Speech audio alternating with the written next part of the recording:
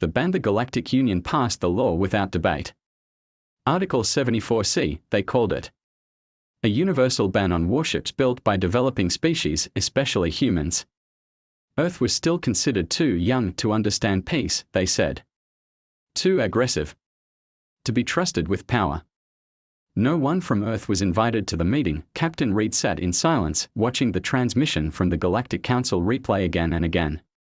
His jaw was tight. His fists clenched. The Council's decision felt less like a law and more like a punishment. Earth had never started a war. But they had finished a few. From the window of his command station, Reed looked out at the stars. Somewhere, beyond the asteroid belt, alien fleets patrolled with full Council approval. Battle cruisers, armed to the teeth, hovered near trade routes. Earth helped open, but were now banned from defending. Earth's voice was ignored. Their ambassadors were laughed at. And their warnings dismissed as emotional outbursts of a young species. But humans remembered. They remembered the failed defense of Vega Colony when pirates attacked and the Council observed. They remembered the ambush near Jupiter Gate, where Earth lost 3 freighters while the Union blamed navigational error. And so, Earth made a decision. If the galaxy didn't want them to build warships in the open, then Earth would build them in the shadows. It started quietly. Factories that once built cargo ships began producing reinforced hulls. Research labs were relocated off-world, hidden behind asteroid fields. AI systems were tested under the ocean floor. And deep in the deserts of Mars, the first prototype was born. They named her Echo 1. She wasn't large. Not yet. But she was smart. Fast. Dead silent in vacuum. She was made with materials the Council never thought humans could refine. And she was only the beginning. Captain Reed had been chosen to oversee the secret project. His team, handpicked from every corner of Earth. Engineers, scientists, pilots, all sworn to silence. Even their families thought they had vanished. They trained in hidden simulators. Practiced maneuvers in empty asteroid fields. Earth's best minds worked day and night, not just to match the Council's ships, but to surpass them. Within 5 years, Earth had built 3 ships. Then 5. Then 12. And not one signal had reached the outer galaxy. Every engine was masked. Every message encrypted. Every launch disguised as a mining operation. But secrets have a cost. One night, as Captain Reed walked the underground corridors of the shipyard buried beneath the icy moons of Neptune, he found a message carved into the steel wall: they won't let us exist. So we'll exist louder than ever. He didn't know who wrote it. But the message spread like fire among the crew. It became a silent code. A rallying cry. The galaxy had underestimated humanity before, and now they wouldn't see what was coming until it was too late. Ghost fleet years passed, and the stars didn't notice. The Galactic Council believed the ban had worked. Reports from their spies spoke of Earth focusing on peaceful development and trade diplomacy. Human colonies continued to grow but didn't resist patrol ships. Earth said all the right things. Smiled at every summit, but under the quiet waves of Titan's methane lakes, warships were being born. Captain Reed stood on the darkened bridge of Echo 4, watching its systems come online for the first time. The ship didn't hum. It didn't blink. It breathed like a predator hiding in the dark, alive, waiting. Beside him stood Lena, the lead systems engineer. A woman of few words and even fewer smiles. She simply nodded and whispered, "It's ready." The fleet was growing. Each ship was different. Some were small, almost invisible to scanners. Others were heavy, shaped like jagged knives made for open battle. One was built to shut down other vessels with an EMP pulse. Another could split into 5 drones mid-flight and strike from all angles. They called it the Ghost Fleet. It wasn't just hidden from the galaxy, it was designed to fight in ways the Council hadn't even imagined. Stealth, speed, AI coordination, and full independence from gate networks. Every ship could travel through deep space without using known jump routes. They could appear anywhere. Vanish instantly. Hit hard. Leave nothing behind. Back on Earth. Only a handful of officials even knew the project existed. Most believed Earth had truly submitted. That the age of war was over, but the ones who remembered Vega, Jupiter Gate, and the silence of the council, they kept building. Then, one day, a message arrived. It wasn't sent through official channels. It came through an old emergency frequency. Half scrambled, but clearly human. Colony 7, under attack, no response from council, shields failing. Reed felt the old anger rise again. His crew stood at attention as the transmission played. The same story, again and again. Earth was told to wait, to obey rules. But those rules never saved their people. He looked to Lena. She didn't speak. She just handed him a tablet. On it were 12 glowing dots, each representing a warship ready to deploy. 12 ghosts. Reed tapped the screen, activate Echo Protocol. We move at midnight. They didn't ask for permission. They didn't wait for orders. The moment the Ghost Fleet launched, Earth crossed a line the galaxy had drawn long ago, but the line was never fair. As the warship slipped into the void, the stars above remained quiet. No one saw them leave. No one would know until the sky burned. The first strike, the colony was dying. Colony 7 had been built on a green world near the edge of the Kasari Belt. It was peaceful, full of farmers, engineers, and families. Earth had followed every council law. No weapons. No defenses beyond basic shields. The council had promised protection, but protection never came. 3 alien warships circled the colony like vultures. Their weapons targeted the power grid, the food storage, the landing platforms. Fires burned through the night.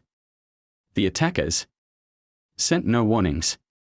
No demands.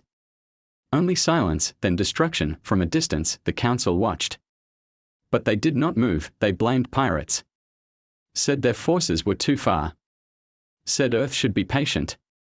Said Earth should not escalate, but Earth had already moved, far beyond Colony 7's orbit. The Ghost Fleet waited in the cold dark. Captain Reed stood on the command bridge of Echo 1, watching the burning colony through a long-range visual feed. His eyes didn't blink. His crew didn't speak.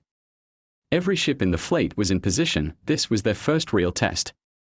No training. No drills, real war. Targets confirmed. Lena's voice crackled through the comm authorization. Reed didn't hesitate. Full engagement. Disable. If possible. Erase if not. 12 ships ignited in silence. They moved like shadows, gliding through space without warning, using deep jump drives never registered with the council. The enemy warships never saw them coming. Echo 2 struck first. A precision pulse tore through one alien ship's reactor before it could raise shields. The explosion lit up the sky like a second sun. The colony watched in awe. Echo 6 and Echo 7 moved in formation, targeting weapons arrays and engines. Their attacks were clean. Calculated. Human AI didn't miss. The remaining alien ship turned to flee. It didn't get far. Echo 4 dropped from orbit, slicing through its hull with railgun fire so sharp, the enemy ship split into pieces mid-turn. It was over in 37 seconds. The colony survivors stared at the sky, confused. Some cried. Others cheered. A child pointed and whispered, "Is that Earth?" The Ghost Fleet didn't land. They didn't reveal their names. They just hovered above the colony, silent and still, before vanishing again, leaving behind only one message broadcast on all channels: this colony is under Earth's protection. We no longer ask permission. The council saw the message. So did every system with access to open networks. Panic began to spread. Council leaders argued in chambers, demanding answers. Where did humans get these ships? Who built them? How many more do they have? But no answers came, because no one had seen them build, and no one would see them coming. Fear in the halls. The Galactic Council met in emergency session. 12 alien delegates filled the round chamber, each speaking over the others. Voices rose in panic. Maps were pulled up, simulations played. Across the stars, ships had been tracking movements until now. Suddenly, humans had warships. Advanced ones. Deadly ones. But no scans had ever shown them building. No spaceport logs. No engine trails. Nothing. It was as if the fleet had appeared from nowhere. Ambassador Kiro of the Valari shouted, "They have violated the treaty. Earth must be punished." Ambassador Reen from the Avathai muttered, "Punishment? We should be asking how they did it. Their weapons outmatched 3 of our best ships. Ambassador Dren simply stared at the holo screen showing the battle footage. From Colony 7. A single human ship had moved so fast, it blurred past visual sensors. Another had fired a weapon the Council didn't even recognize, and worst of all, every strike had been precise, leaving the colony untouched. This is not a rogue action, Dren said slowly. This was organized. Controlled. They didn't just break the rules. They planned this. Back on Earth, Captain Reed sat in the black room beneath the Martian surface. A single red light pulsed gently above him. Lena sat beside him, eyes fixed on a rotating feed of the Council broadcast. Someone inside the chamber was leaking footage. Earth's intelligence units had tapped into it a week ago. They are scared, she said. They should be, Reed replied. Across the solar system, Earth's secret yards were now fully active. The Ghost Fleet had expanded. 15 new vessels were undergoing final systems checks. Commanders were in training, and AI co-pilots were learning from the Colony 7 strike, but the mood on Earth wasn't one of celebration. It was one of silence. The Council had always thought of humans as unpredictable, emotional, and reckless. But now they faced something worse, cold. Calculated. Human resolve. Reed watched as the Council's screen shifted to a vote. A new motion had been put forward to send peace envoys to Earth. Some delegates voted yes, others demanded war. Earth didn't respond. They were listening. Watching. Waiting. In deep orbit around Pluto, Echo 12 completed its stealth test. A ship that couldn't be detected by any Council sensors. It simply didn't appear. It was as invisible as the silence before a storm. At the center of it all, the message from Colony 7 remained pinned at the top of every network board. We no longer ask permission.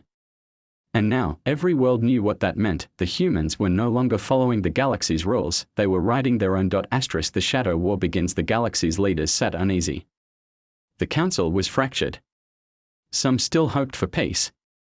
Others feared total war. Meanwhile, Earth moved silently. Captain Reed gathered his commanders aboard the flagship Echo 1. The dimly lit bridge hummed with tension. Outside the viewport, stars streaked past as they jumped through the void. We've been hidden for years, Reed began, but the Council's silence cost Colony 7 lives. We can't wait anymore. Lena stepped forward, her voice steady. Our fleet is ready. AI systems improved. New weapons tested. Our enemy thinks they know us, but they don't. A young pilot named Mark, barely out of training, spoke up. Sir, what's the plan? Reed's eyes swept the room. We protect those who can't protect themselves. We strike when necessary. We don't start wars, but we end them swiftly. Outside, a distant message crackled over secure channels. Another colony was under attack. This time, far from Earth's immediate reach. Reed glanced at Lena. Time to test our reach. The Ghost Fleet divided into smaller groups, each heading toward the danger zones. Some would fight directly. Others would sabotage supply lines. Some would act as decoys. The war had moved from shadows to open space. Meanwhile, in Council chambers, spies reported on human activity. Fear turned to rage. Envoys sent secret orders: find the hidden shipyards. Destroy the factories. Hunt the commanders. But Earth's fleet was always one step ahead. They hid behind asteroid belts, beneath ice moons, and inside nebulae. Their ships moved like phantoms. When Council ships chased them, they vanished, only to strike again elsewhere. In the silence between battles, Captain Reed reflected on Earth's past. The times when humans had been powerless and ignored. Now, they were the hunters. No longer asking for permission. No longer waiting. No longer silent. The galaxy was changing, and humanity was leading the charge. The reckoning news spread fast, wherever the Ghost Fleet struck. Systems whispered fear. Small colonies once ignored now held secret meetings. Merchants cancelled routes. Military bases scrambled defenses, but the Galactic Council was fractured. Some demanded full-scale war. Others begged for diplomacy. Captain Reed and his fleet moved with purpose. Their latest mission was critical: secure the system of Draven Prime, a vital trade hub recently attacked by mercenaries loyal to the Council's more aggressive factions. As the fleet approached, sensors detected a large enemy formation waiting in orbit. It was a trap. Reed gathered his officers. They want to break us here, he said. We won't let them. The battle began with silence. Ships darted in and out of asteroid fields. Human AI predicted enemy moves before they happened. Echo 3 unleashed a wave of drones that disabled shields on 2 enemy cruisers.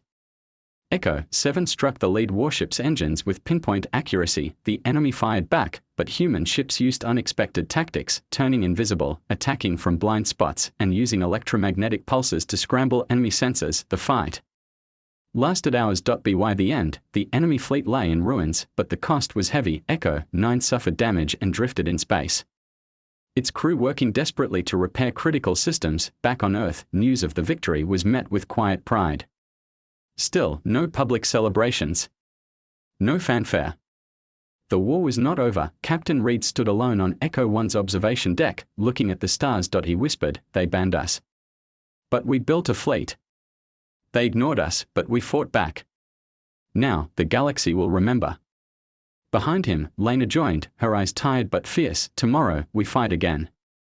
And the human fleet prepared for the next battle. A new era. The galaxy trembled. The secret war that had started in silence now echoed across star systems. The Galactic Council scrambled to respond. They sent fleets, diplomats, and threats, but Earth was no longer a hidden player. Captain Reed stood on the bridge of Echo 1, looking out over the fleet assembled in Earth's orbit. More than 50 ships, each faster, stronger, and smarter than any before. The Council's last warning came by encrypted message: cease your actions or face total annihilation. Reed smiled quietly. "Earth built in secret because we had to," he said. "But now, we build for the future." The fleet moved beyond the solar system, carrying not only weapons but hope for those who had been ignored. Humans were no longer the galaxy's children. They were its guardians. In the months that followed, the Ghost Fleet liberated colonies, protected trade routes, and shattered pirate rings. More species reached out to Earth, seeking alliance, respect, or protection. The Council learned a hard truth: banning humans only made them stronger, and humans, they never asked for permission again. Reed's final message broadcast across the stars was simple: we are here. We protect. We fight for those who cannot. And this is only the beginning. The galaxy had entered a new era. 1 Shaped by humanity. 1 Ruled by the strength of those who refused to be silenced. The warships of Earth were no longer secrets, they were legends.